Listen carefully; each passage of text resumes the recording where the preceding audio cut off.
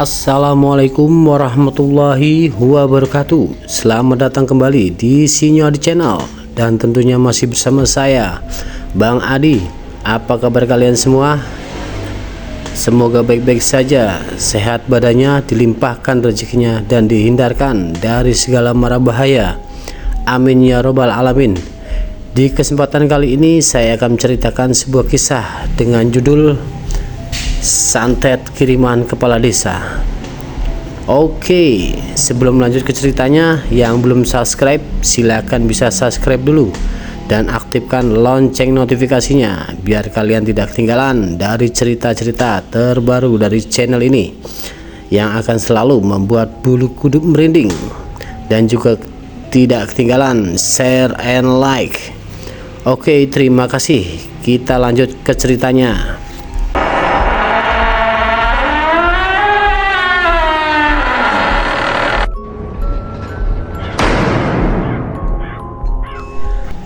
Ada sebuah kisah cerita dari keluarga Pak Mustafa. Pak Mustafa ini mempunyai anak yang bernama Rohman dan adiknya yang masih kecil, dan Rohman ini masih duduk di kelas 6 SD lah, kira-kira kelas 6 SD atau kelas 5 SD. Keluarga Pak Mustafa ini berdomisili di daerah Jawa Tengah, dan pekerjaan sehari-hari Pak Mustafa ini bisa dibilang dukun, tapi dia dukun buat penyembuhan ya, bukan dukun santet atau apa ya, dukun guna-guna lah. Setiap harinya Pak Mustafa ya adalah kedatangan pasien-pasien yang buat minta bantuan penyembuhan dari Pak Mustafa ini, dan alhamdulillah Pak Mustafa ini bisa mengatasi semuanya, dan alhamdulillah juga semuanya sembuh. Dan di suatu ketika anaknya, yaitu si Rohman, dan ibunya lagi enak-enak ngobrol ya di ruang tamu. Si Rohman ini pas hari libur lah ya, belum sekolah, hari Minggu, ngobrol-ngobrol. Pak, si Rohman ini bertanya sama bapaknya, "Pak, Bapak kok bisa menyembuhkan orang-orang sakit dengan tidak memakai obat atau bagaimana?" Nah, bapaknya menjawab, "Gini loh Man, alhamdulillah Bapak dapat kelebihan dari Gusti Allah untuk bisa menyembuhkan orang-orang yang sakit yang membutuhkan Bapak. Dari Allah lah Bapak bisa menyembuhkan penyakit itu." "Oh gitu ya Pak ya, itu kelebihannya Pak, kayak seperti dokter-dokter gitu ya Pak ya?" "Iya seperti itulah." Ibunya menimpali, "Udah Man, gak usah nanya-nanya seperti itu, yang penting kamu sekolah, belajar biar pintar, biar menjadi anak yang soleh dan berbakti sama orang tua." "Iya Bu." Akhirnya di kemalaman hari, kira-kira jam 9 lah, si Rohman ini sama ibunya sudah masuk kamar masing-masing lah ya. Ibunya ngelonin adiknya yang masih balita itu, dan si Rohman tidur sendiri di kamarnya. Rumahnya Pak Mustafa ini nggak besar ya, rumahnya seperti semi permanen lah, bahwa temboknya setengah bata, setengahnya kayak bambu gitu loh, bilik kayak gitulah. Dan apa namanya, alas bawahnya itu juga bukan jubin, masih plesteran. Setelah itu adalah jam 9, jam setengah 10 ada yang dodok pintu. Assalamualaikum, assalamualaikum, tok. Pak Mus. Dibukalah. Pak Mus tuh kedengar, oh ya ada tamu ini. Akhirnya Pak Mustafa menghampiri pintu dan membuka. Waalaikumsalam. Oh, kenapa Mas? Ada apa Mas? Silakan masuk. Masuklah tamunya Pak Mus ini. Dan si Rohman ibunya juga mendengar, siapa itu? Ada tamu malam-malam. Pada ngintip lah itu ya. Pada ngintip, oh ada tamu, paling ini kali mau minta bantuan penyembuhan. Akhirnya, Pak Mus, aku minta tolong Pak, saudara saya sakit, kayaknya kesurupan Pak. Keluarga saya nggak ada yang bisa menyembuhkannya Pak, tolong Pak, sembuhkanlah Pak. Oh gitu, ya udah tunggu sebentar, aku mau salin dulu. Pak Mus itu kan udah jam 9 lah, udah pakaian mau tidur lah, pakaian santai. Akhirnya dia salin pakaian dan izin sama ibunya, Bu, Man, Bapak mau keluar dulu, ada yang minta tolong, mau minta disembuhin, ada yang kesurupan. Di mana Pak? Itu di desa sebelah. Oh ya udah Pak, hati-hati Pak ya. Ya, Bapak berangkat dulu ya, jangan lupa dikunci pintunya, ditutup. Iya Pak, kata ibunya seperti itu. Akhirnya Pak Mustafa itu berangkatlah sama orang itu menuju rumahnya yang lagi kesurupan. Dan pesan Pak Mustafa itu dijalankan sama istri dan anaknya. Pintunya ditutup rapat-rapat, dikunci, dan istirahat. Jelang waktu sejam 2 jam, Pak Mustafa pulang.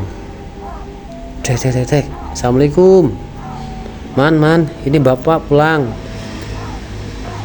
Si Rahman pas, wah, jam berapa ini? Ada kedudukan Bapak pulang. Akhirnya si Rahman keluar ke ke ruang tamu, ngebukain pintu. Iya Pak, dibuka. Waalaikumsalam. Udah Pak, selesai Pak ngobatinya. Udah Man, ya udah istirahat, tidur lagi. Iya Pak, kita tidur lah. Nah, keesokan harinya si ibunya menyiapkan sarapan pagi lah ya, itu pagi-pagi menyiapkan sarapan pagi buat anak-anaknya dan Pak Mustafa. Dan tidak lupa Pak Mustafa biasalah pagi-pagi dibuatkan kopi dan gorengan lah, ibaratnya seperti itu. Setelah semuanya tersedia, semuanya sudah pada sarapan, ibunya si Rohman ini bertanya kepada bapaknya, kepada suaminya, Pak, gimana tadi malam tentang penyembuhan orang kesurupan itu? Gimana, udah siuman apa yang kesurupan itu? Alhamdulillah Bu, sudah lumayan membaik. Oh alhamdulillah kalau gitu Pak, tapi Bapak mau kesana lagi apa enggak? Ya kalau Bapak dipanggil kesana lagi untuk biar lebih tuntas, ya Bapak kesana buat penyembuhannya. Iya Pak, mudah-mudahan segera sehat lagi ya Pak ya. Orangnya itu perempuan apa laki-laki Pak? Orang tua apa anak muda? Perempuan Bu, anak masih muda kok Bu. Nggak tahu kenapa itu kesurupan, kayaknya ada yang usil apa gimana. Oh mudah-mudahan nggak terlalu parah ya Pak, dan bisa segera sembuh kalau Bapak yang nangani. Iya Bu. Akhirnya bapaknya si Rohman itu melanjutkan lah ngopi sambil makan gorengan, menikmati pagi lah. Selesai itu bapaknya juga ibaratnya sedikit punya ladang lah, ke ladang bercocok tanam apalah sawi apa itu. Dan sampai sore menjelang maghrib bapaknya dan istrinya dan si Rohman itu menjalankan sholat berjamaah lah di rumah. Sholat berjamaah selesai isya, si Rohman ini lagi belajar lah di ruang tamu, belajar. Dan tiba-tiba ada apa ya, sebuah kayak lindu gitu loh, kayak lindu, rumahnya bergetar gitu loh, kayak goyang rumahnya itu. Si Rohman itu kaget, bapak ini apa, bapak ini apa, Pak? Kok pada bergetar semua, Pak? Udah kamu tenang man. Ibunya juga panik, Pak ini gimana, Pak? Udah kamu Bu, tenang di sini. Akhirnya Pak Mustofa itu langsung bersila duduk, tangan kanannya mengangkat ke atas dan tangan kirinya memegang bumi, dan tangan kanannya bergetar dengan sambil Pak Mustofa itu komat kamit lah membaca amalan-amalan apalah itu. Agak lama lah itu, sekitar 5 menit lah. Wah, komat kamit dan langsung lah itu apa, kayak getaran itu berhenti. Setelah getaran itu berhenti, Pak Mustofa langsung diam dan ibunya bilang, Pak sudah nggak ada getaran lagi, Pak, lindunya sudah nggak ada, Pak. Dan si Rohman juga, iya Bu, sudah berhenti Bu, alhamdulillah Bu. Ini ada apa ya Bu? Coba aku lihat keluar Bu. Pas si Rohman lihat keluar, loh kok warga sekitar nggak ada yang keluar ya. Ibunya juga melihat, kenapa ya? Oh, bapaknya baru keluar tuh, Pak Mustofa. Oh, berarti ini bukan lindu, ini ada kayak model ada kiriman gimana Pak? Kata si Rohman kayak gitu. Itu biasalah, udah kamu gak usah tahu, biar bapak yang nangani, tenang aja, nggak ada apa-apa. Ternyata itu ada kiriman apa namanya ya, kayak ilmu jahat lah untuk melukai keluarganya Pak Mustofa. Setelah itu udah masuk. Akhirnya pintunya ditutup, semuanya pada istirahat. Si Rohman tidur, ibunya juga tidur ngelonin adiknya si Rohman itu. Tapi Pak Mustofa tetap dia nggak bisa tidur. Emang tiap hari ini juga dia apa namanya ya, jarang tidur malam lah. Biasalah orang kejawen kayak seperti itu, jarang tidur malam.